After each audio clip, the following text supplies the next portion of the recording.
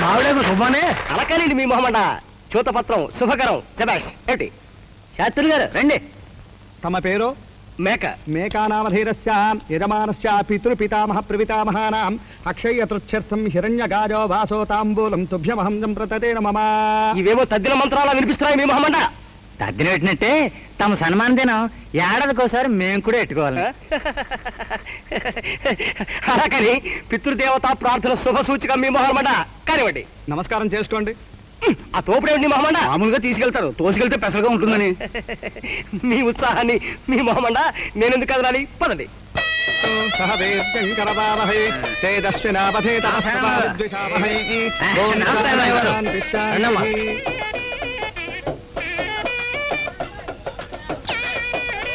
మంగళ శభాష్. ఉండాలి. అంతా శాస్త్ర ప్రకారం జరుగుతోంది మీ మొహమండ. మందు సర్పారాధన శుభ సూచికం మీ మొహమండ.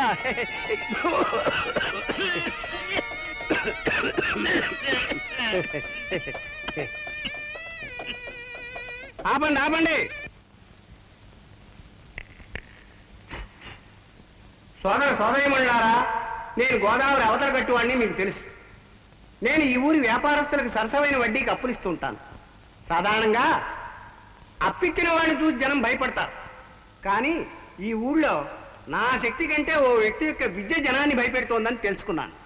ఆ వ్యక్తి ఎవరో కాదు, మహానుభావులు శ్రీ మేకగారు. శభాష్. శ్రీ మేకగారు మన ఊళ్ళో పుట్టడం మన దౌర్భాగ్యం, మన కర్మ. ఇదే ఈయన ఏ అమెరికాలోనో పుట్టుంటే అక్కడ జనం వీరిని ఈ పాటికి ఉరి తీసి తమ భక్తి ప్రపత్తులను తెలుపుకుని ఉండేవారు. శభాష్. ఇప్పుడు దుశ్యాలువా కప్పుట.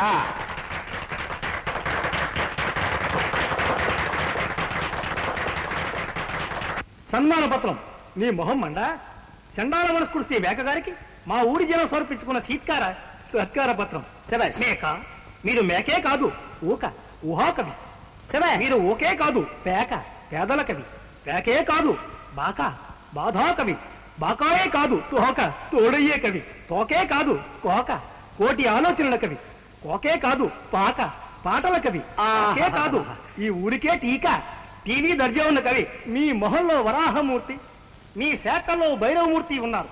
శభాష్. అందరూ దేవుళ్ళే. అందుకే గాడిదలు గౌరవిస్తాయి.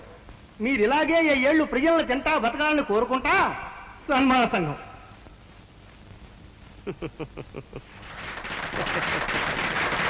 ఇప్పుడు కిరీటం పెట్టే కార్యక్రమం తీసుకురామా. తెత్తనాను రా.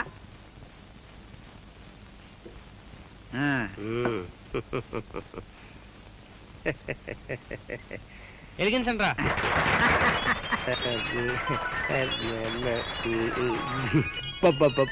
బాగుందా మీ మొహమండ? సాగట్ల కొట్టదు కదా ఏమిటి?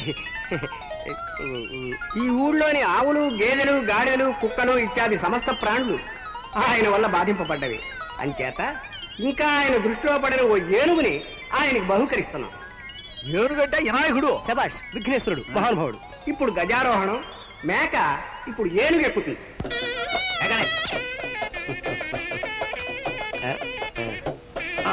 గట్టిగా పట్టుకోండి బాబు.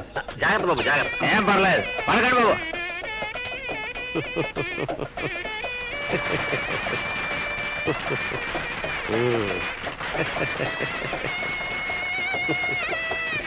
మహద్భాగ్యమైన మహారాజయోగం. గజారోహణం చేసిన ఈ శుభ సందర్భాన జాతిని ఉద్దేశించి ఒక్కటి వినిపిస్తా. హంసధ్వని రాగం, రూపక తాళం 2:30. ఈ నాటికి విద్యకు కలిగిందొక గుర్తింపు. నే ఏనుగెక్కడం సొంపు, మహాసొంపు. ఏటి ఇన్నాటికి నా మనసుకి శాంతి.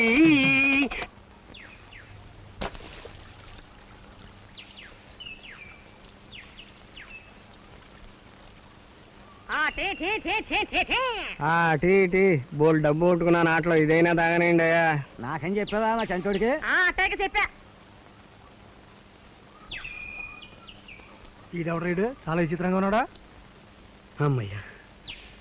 వీరేంద్రాయ నమః. వై వీరేంద్రాయ నమః. చేయి కాలేదు పై కలవయా. ఇది కాస్త పట్టుకోండి బాబు. పట్టుకోను బాబు. పోనీ ఇక్కడ కాస్త గోకండి బాబు. క్షమించాలి, మీరు నన్ను అపార్థం చేసుకున్నట్టున్నారు. నేను అడుక్కునేవాడిని కాను. ఓ కవిని సుకవిని. అయ్యి బాబు ఇంకో కవి పదండ్రా పారిపోదాం. ఆగండ్రా బాబు, తమది కాకినాడ? చిత్తం. ఊళ్ళనేమిటి బాబు, తమకేమైంది? క్షమించాలి, ఇలా సౌండ్లు గట్రా చేస్తున్నా నాకు అలవాటు. ఎంతవరకు చెప్పాను? ఆ సౌండ్ ఇచ్చారు, తర్వాత కానివ్వండి. అర్ధరాత్రి 12ంటికి శ్మశానంలో దీర్ఘ సుషుప్తిలోంచి బయటపడి ఒళ్ళు విరుచుకుంటూ లేచిన కాశ్మోరాని మా గురుదేవులు ఎండమూరి వీరేంద్రనాథ్ గారి తర్వాత అంత అందంగా వర్ణించగల ఏకైక కవి కుమారుణ్ణి, కాకినాడ వాసిని నేనే. తమ పేరు? క్షుర. క్షురా? ఎస్, క్షుర. అడిగింది తమ పేరు, తమరు చేసే వృత్తి కాదు బాబు. చిత్తం. నా పేరే క్షుర, క్షుద్ర రచయిత, క్షుర అన్నమాట. అంచేత అందరూ ముద్దుగా నన్ను క్షురా క్షురా అని పిలుస్తూ ఉంటారు. ఆ పిలుపు వింటే నాకు శ్మశానం నడిబొడ్డున వెలిగిపోతున్న చితిమంటను చూసినంత ఆనందం కలుగుతుంది. చండుణ్ణి కాలుణ్ణి కాపాలని రుద్రుణ్ణి కలిసినంత సంబరం కలుగుతుంది నాకు. వాళ్ళెవరు బాబు, మీ తోటి రచయితలా? చిత్తం కాదు.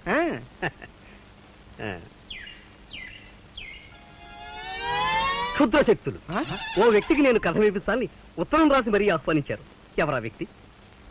తమరేనా? కాదు బాబు, నేను ఈయన అరాయించుకోలేను. మా ఊరు మొదలట్ట ఉన్నాడు, ఆడికి వినిపించాలా.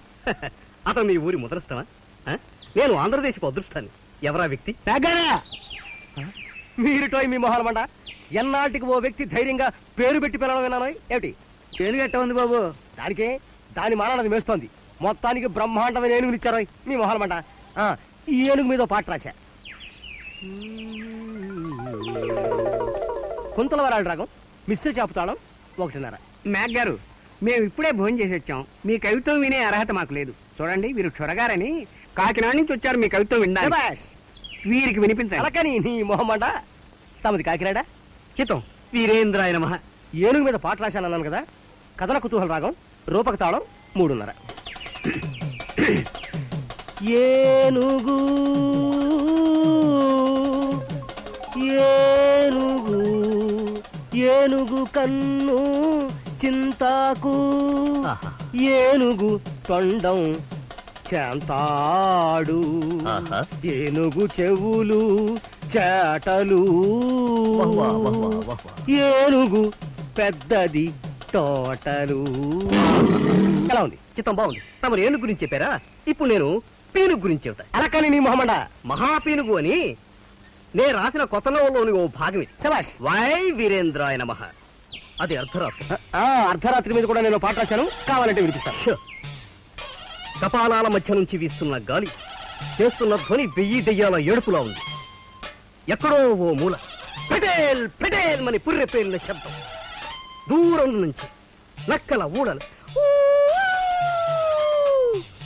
పిశాచాల ఏనుల్లా వినిపిస్తున్నాయి. సగం కాలిన పీనుగు కుడి చెయ్యి బిర్ర బిగుసుకుని నిలబడింది. జబ్రకపబ్ర శ్మశానం నడిబొడ్డున యోగ సమాధిలో ఉన్నాడు. క్షిత్రి నిద్రలేపే కార్యక్రమంలో నిమగ్నుడై ఉన్నాడు. నిశ్శబ్దం, కటిక నిశ్శబ్దం. అలకని ఏమైంది నీకు? జబ్రకపబ్ర కేక వేశాడు. ఎట్లా కేక వేశాడు?